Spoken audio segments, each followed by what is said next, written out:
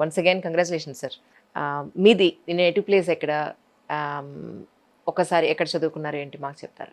మా native place వచ్చేసి హైదరాబాదే అండి. అంటే almost from 90 to 100 years I'm the 4th generation హైదరాబాద్లోనే ఉంటున్నాము. ఓకే.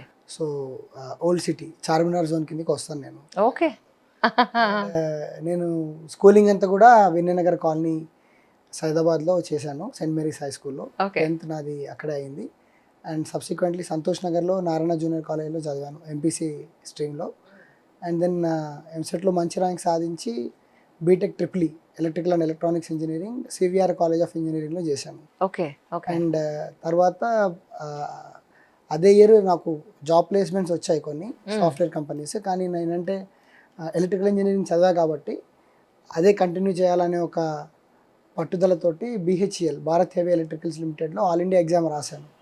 సో 2011లో నాకు BHELలో జాబ్ రావడం జరిగింది. సో 2011 నుంచి నేను కూడా మీతోనే తెలుసుకుంటున్నాను, ఎందుకంటే ఆయన గురించి ఎక్కడ నెట్లో లేదు. మీ గురించి చెప్పండి అని ఆయన అడగలేను, ఇంతకు మించి ఇన్ఫర్మేషన్ నా దగ్గర కూడా లేదు. నేను కూడా ఫస్ట్ టైమే వింటున్నాను, మీరు కూడా ఏమనుకోదు ఈ పాయింట్ ఆఫ్ వ్యూలో. Please sir, please tell us. 2011లో BHELలో నేను ఇంజనీర్ ట్రైనీగా జాయిన్ అవ్వడం జరిగింది. ఓకే. సో అప్పటి నుంచి BHELలోనే పనిచేస్తున్నాను. ఇప్పుడు నేను BHELలో ప్రాజెక్ట్ మేనేజర్గా పనిచేస్తున్నాను మేడం. Right, right. కానీ ఆల్రెడీ మీ చదువుకు తగ్గ ఉద్యోగం ఉంది, కానీ మళ్ళీ యూపీఎస్సీ వైపు ఎందుకు టర్న్ అప్ అయ్యారంటే సార్? అంటే నాకు టర్నింగ్ పాయింట్ వచ్చేసి 2014 అండి. అంటే 2014లో because we are central government undertaking employees, మాకు ఎలక్షన్ డ్యూటీస్ వేస్తారు. Election duty as a micro observer నేను 2014 మన తెలంగాణ రాష్ట్రం వచ్చాక ఫస్ట్ టైం. అవును. అప్పుడు ఎలక్షన్స్ జరిగినప్పుడు నేను మైక్రో అబ్జర్వర్గా పనిచేశాను. ఓకే. అప్పుడు అక్కడ ఉన్న కలెక్టర్ వచ్చేసి స్మితా సబర్వాల్ మేడం. సో ఆవిడతో అప్పుడు ఇంటరాక్ట్ అవ్వడము, సబ్సిక్వెంట్లీ మళ్ళీ వేరియస్ ఎలక్షన్ డ్యూటీస్లో ఇంక్లూడింగ్ రొనాల్డ్ రోజ్ గారితో అట్లా వాళ్ళతోటి ఇంటరాక్ట్ అవ్వడంతో అది అసలు బ్యూరోక్రాట్స్ అంటే ఇంత వైడ్ స్ప్రెడ్ ఆఫ్ రెస్పాన్సిబిలిటీస్ ఉంటాయి, they can have so much impact on the society. అంటే then I started to explore, okay election వాళ్ళకి ఇట్లా ఉంది అంటే వాళ్ళ రోల్స్ ఏంటి, రెస్పాన్సిబిలిటీస్ ఏంటి, అట్లా చూస్తూ అండ్ దెన్ ఆల్రెడీ నా ఫ్రెండ్స్ కొంతమంది ఎవరైతే BHELలో ఉన్నారో వాళ్ళు సివిల్స్ రాస్తున్నారు. సో అది నాకు బ్యాక్ ఆఫ్ ది మైండ్లో ఉండింది, ఈ సివిల్స్ రాయాలి, ఎప్పటికైనా రాయాలి అని. సో 2014లో I started my journey towards civils UPSC. Okay. So అక్కడి నుంచి ఆల్మోస్ట్ 6 attempts ఇచ్చాను అండ్ 6 times ప్రిలిమ్స్ క్లియర్ అవ్వడం జరిగింది. ప్రిలిమ్స్ అయిపోయాయి? ప్రిలిమ్స్ అయింది. అండ్ 6 సార్లు మెయిన్స్ పరీక్ష రాశాను. మెయిన్స్లో 3 ఇంటర్వ్యూలకు వెళ్ళాను. అబ్బా, 3 times. అండ్ మీరు చేసిన చాలా ఇంటర్వ్యూస్, చాలా మంది టాపర్లు ఐదర్ నాకు అశోక్ నగర్లో వాళ్ళతో నేను టీ తాగిన రోజులు కూడా ఉన్నాయి. సో వాళ్ళందరూ కూడా ఆల్మోస్ట్ 2016, 2017 అండ్ 2020 ఈ 3 సార్లు నేను ఇంటర్వ్యూ ఇచ్చాను. ఓ మై గాడ్, ఇంటర్వ్యూ వరకు వెళ్ళి కూడా. కానీ నాకు ఇప్పుడు కొత్తగా రూల్ ఒకటి పాస్ చేశారు కదండి, ఇంటర్వ్యూ వరకు వెళ్ళి అచీవ్ చేయలేని కండిషన్స్లో ఉన్న వాళ్ళందరిది కూడా ఒక లిస్ట్ అవుట్ తీసుకుని టాప్ మోస్ట్ కంపెనీస్లో చాలా పెద్ద పెద్ద పొజిషన్స్ ఇస్తున్నారు అని చెప్పని. సో దానికి కూడా మీరు ఏం అప్లై చేయలేదా? అంటే అప్పటికే ఐ వాజ్ విత్ BHEL, అంటే నేను BHEL జాబ్ వదలలేదు. అండ్ నేను లక్కీలీ నాకు ప్రమోషన్స్ కూడా ఎక్కడ ఆగలేదు, అంటే నేను వర్క్ ఎక్కడ కూడా కాంప్రమైజ్ చేయలేదు. సో నా లాస్ట్ ఇంటర్వ్యూ ఇచ్చేటప్పటికే నేను deputy manager in BHEL. So my pay scale was good, my salary was good. So UPSC interview ద్వారా నాకు ఏదైతే జాబ్ ఆఫర్స్ వచ్చాయో అక్కడ క్వాలిఫై కాలేనందుకు, వాటికంటే నేను అప్పటికే బెటర్ పొజిషన్లో ఉన్నాను. సో అందుకే నేను అటువైపు వెళ్ళకపోవడం అనేది జరిగింది. కానీ సార్ అన్ని అటెంప్ట్స్ అయ్యాయి అనేది ఒక విషయం అయితే, అసలు ప్రిలిమ్స్ అవ్వలేదంటే అది వేరే సంగతి. ఎందుకు అవ్వలేదో ఎక్కడ లోపు ఉందనుకోవచ్చు. ప్రిలిమ్స్ అయిపోయి మెయిన్స్ అయిపోయి ఇంటర్వ్యూ 3 సార్లు వెళ్ళినా కూడా రాలేదు అని అన్నప్పుడు what was your mental condition sir actually? అంటే డెఫినెట్లీ అంటే మామూలుగా ఎట్లా ఉంటుందంటే అండి, సివిల్స్లో ఎవరైతే కష్టపడి ఫైనల్లీ ర్యాంక్ వస్తుందో వాళ్ళే they will get highlighted. But ఒక ర్యాంక్ రాకపోవడానికి there will be lot of other factors. అంటే మనం తీసుకునే ఆప్షనల్ కానివ్వండి, లేకపోతే ఫస్ట్ 4 attempts నేను హిస్టరీ ఆప్షనల్ తోటి ఇచ్చాను. సో ప్రాబబ్లీ నాకేమనిపించింది అంటే when today I look in the hindsight, నాకు మేబీ ప్రాపర్ గైడెన్స్ లేదేమో, ఆప్షనల్లో నాకు మంచి మార్క్స్ పడలేదు. సో 2017 నాకు ఇప్పటికీ గుర్తు, మన తెలుగు వాళ్ళు చాలా మంది దే గాట్ ర్యాంక్స్. టాప్ 100లోనే చాలా మంది ఉన్నారు. Like Anudeep garu rank 1, 6th ranker Harsha Koya, then Madhuri అని, అక్షయ్ అని. సో వీళ్ళందరూ కూడా ఇప్పుడు now they are serving IAS, IPS and IFS officers. ఆ ఇయర్లో నాకు GS మార్క్స్ చాలా బాగా పడ్డాయి. అంటే వీళ్ళందరితో కంపేర్ చేస్తే కూడా I was very much on par. General studies marks GS 1, 2, 3, 4 అంటారు, బాగా పడ్డాయి. బట్ నా ఆప్షన్లు వచ్చేసేటప్పటికి హిస్టరీ ఆప్షన్లో నాకు ఓన్లీ 259 పడ్డాయి. ఓ సో అక్కడ obviously there was edge. And interview కూడా నాకు బాగానే వచ్చాయి, 179 వచ్చాయి. But still I could not make it to the final list. ఒక 10 మార్క్స్ తోటి పోయింది. సో ఆప్షనల్ వర్కౌట్ కాలేదు కొన్నిసార్లు. And first time anthropology, then నా 5th అటెంప్ట్లో ఆంథ్రోపాలజీకి ఆప్షనల్ మార్చాను. ఓకే. అప్పటికే కాకపోతే ఆంథ్రోపాలజీలో మార్క్స్ చాలా ఎక్కువ వస్తున్నాయి అనేది ఒకటి హైలైట్ అయిపోయి మళ్ళీ దాన్ని తగ్గించారు. సో 2020లో ఆంథ్రోపాలజీ నాకు ఆల్మోస్ట్ 290 మార్క్స్ పడ్డాయి ఫైనల్ అటెంప్ట్లో. 290 మార్క్స్ పడ్డాయి, ఆంథ్రోపాలజీ బాగా పడ్డాయి అనుకునే లోపల ఎథిక్స్ పేపర్ తగ్గింది ఆ year. So there are lot of things which actually help to get a rank. ఇవన్నీ ఆలోచించుకున్నప్పుడు అనిపిస్తుంది, అరే ఆ ఇయర్లో ఇది వర్కౌట్ అయితే బాగుండేది అని. But then when the reality hits, like maybe మన సైడ్ నుంచి ఎఫర్ట్ బెటర్గా ఉండాల్సింది. We cannot blame anything else. Your in positive side. అట్లా పాజిటివ్గా తీసుకొని then I started to teach. అంటే నేను ఈ 6-7 ఇయర్స్లో ఏదైతే నాలెడ్జ్ గెయిన్ చేశానో I wanted to pass on that knowledge to everyone. So నేను 2018-19 నుంచి I'm part time faculty in most of the institutes in Ashok Nagar. Okay. అందుక నాకు ఇన్స్టాగ్రామ్ లో మీరు నిశాంత్ సార్ ని ఇంటర్వ్యూ చేయండి అనే పెట్టారు. సార్ ఎందుకు పెడుతున్నారు అబ్బా అని అనుకున్నాను. Okay okay, that's so nice. అయితే మీకు కోచింగ్ తీసుకోవాల్సిన అవసరం లేకుండా పోయింది ఎక్కడ?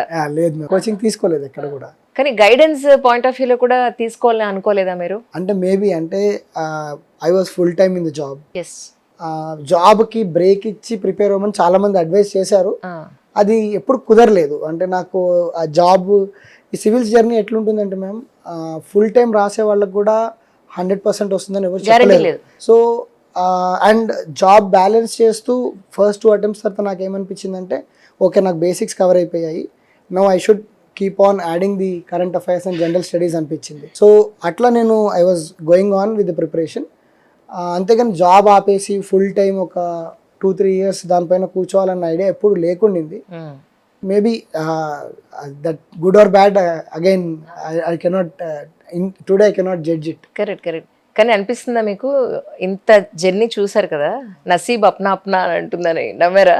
అంటే ఇప్పుడు చూడండి 2020లో మేబీ ఇంకొక 944 was the general cut off అండి. నాకు 940 పడ్డాయి. అండ్ రిజర్వ్ లిస్ట్ కూడా ఆ ఇయర్ 600 వేకెన్సీస్ తీసుకున్నారు కాబట్టి రిజర్వ్ లిస్ట్ 1 మార్క్ తో ఆగిపోయింది జనరల్ కేటగిరీకి. సో మేబీ ఒకవేళ కేటగిరీ లేదైతే లేదు, జనరల్ కేటగిరీ. ఓకే. సో నేను ఆ ఇయర్ ఒకవేళ నేను సివిల్స్ లోకి వెళ్ళినా డెఫినెట్లీ ఐఏఎస్ ఐపీఎస్ వచ్చేది కాదు, సమ్ అలైడ్ సర్వీస్ వచ్చేది. సో ఇప్పుడు చూసుకుంటే 4 years or 5 years down the line, some allied service కంటే కూడా నా స్టేట్ లో నేను ఒక డిఎస్పీగా వచ్చాను అనేది నాకు ఇంకా హ్యాపీనెస్ ఉంది. యూనిఫామ్ పడుతుంది ఇంకా వంటి మీద. At least if God is kind ఏదో ఒక రోజు ఐపీఎస్ కన్ఫర్ అయితే, అఫ్ కోర్స్ అండి అవుతారు సార్, డౌటే లేదు అందులో. We'll retire as IPS officer. So that is again my dream. మీరు ఐపీఎస్ కన్ఫర్డ్ అయిన వెంటనే మళ్ళీ ఇంకొకసారి అండి. Thank you. తప్పకుండా. కానీ నిజానికి యూపీఎస్సీ కన్నా కూడా గ్రూప్ 1 రాయడమే చాలా కష్టం.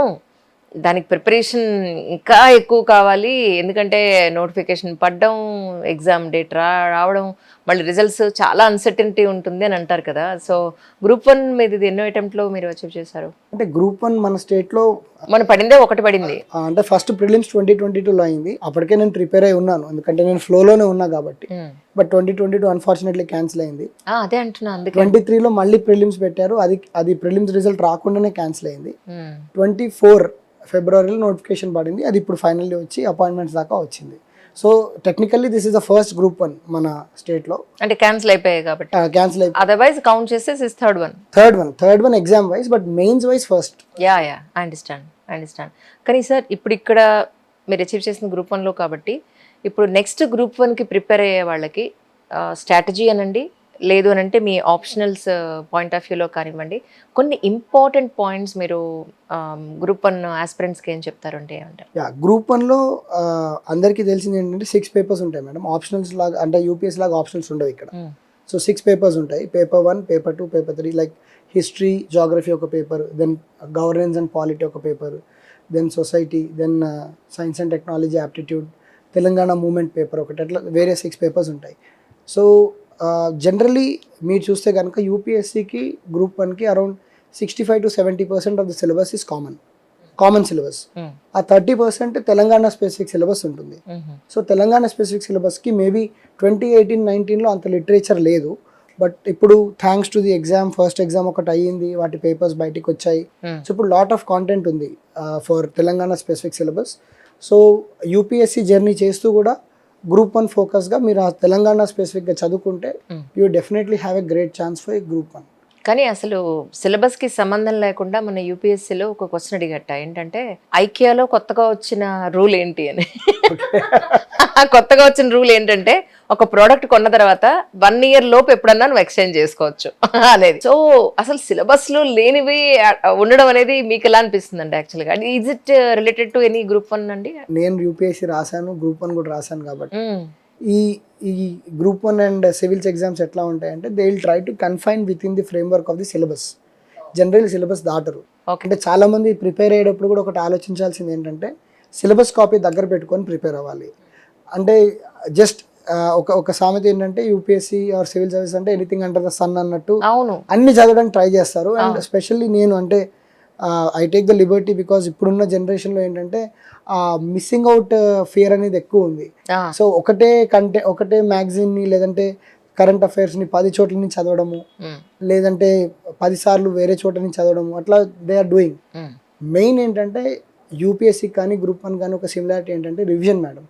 రివిజన్ ఎన్నిసార్లు చేస్తే మనకి, I always believe in RRR, revision, retention and reproduction. So only when you revise you can have that retention, and only when you have that retention you can reproduce in the examination. And specially వీటన్నిటికి కూడా important, యూపీఎస్సీకి కానీ group 1కి most important phase is answer writing, that to in mains examination. So అక్కడ మనకి మంచి పట్టు ఉంటే కనుక definitely we can crack this exam. So దానికి యూ షుడ్ రివైజ్.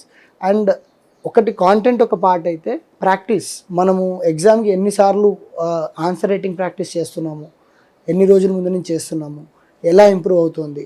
సో ఈ ఆన్సర్ రైటింగ్ ప్రాక్టీస్ ఎవరైతే మాస్టర్ చేస్తారో వాళ్ళకి మాత్రమే ర్యాంకులు వస్తుంది. So that is very very important. So instead of focusing on the extent of the content, మీ కంటెంట్ని లిమిటెడ్ చేసుకొని మోర్ రివైజ్ చేసి దాన్ని ఎంత ఎఫెక్టివ్గా ప్రజెంట్ చేస్తున్నాం అనేది we have to be very very clear when it comes to this examination. Right.